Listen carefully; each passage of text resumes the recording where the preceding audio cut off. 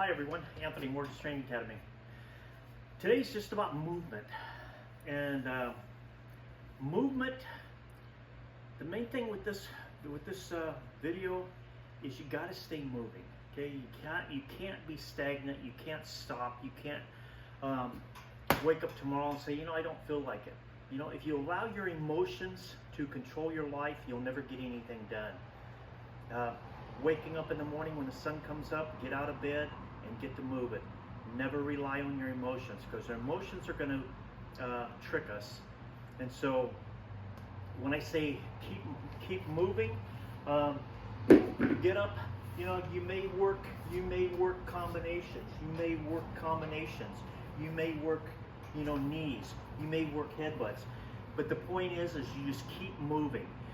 You get up and you say, okay, first thing in the morning, I'm gonna go for a walk. I'm gonna walk, you know, around the block. Every single morning, you have to do something, and that's what's gonna keep us vibrant, young at heart, and ready to go.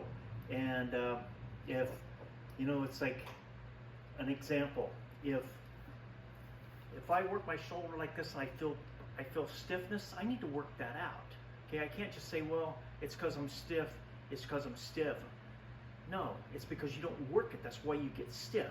So, you know, constantly stretching that to where if something happens and I fall and I hit on this arm and I rip that, that's my own fault, because I haven't worked that area out and stretched it enough to where it is pliable. So getting up, you know, working bag here, working bag. It could be anything. It could be working speed bag. It could be doing jump rope. It could be working the rebounder. The point is make sure that every single day, whether we feel like it or not, we need to keep moving. Movement is king. You know, if you're down there and you're working on the floor, if you're doing crawls, if you're doing stretches. Now, I don't always advise to just regular stretching, because regular stretching, you're going to get tight again. And so, you know, adding something in to where you're working muscle instead of always tendons. But the point is constant movement. Now, the young guys, they forget all about this, because most young people are they're flexible, they're nimble. They can fall down and they get right back up. When we start getting older, we have to be more cautious. But if you keep your tendons stretched out and doing things that normal people don't do, it's like constantly, you know, if you're in the bathroom, constantly standing on one leg, okay, making sure that, you know, this is stable enough that I can stand on one leg without having support.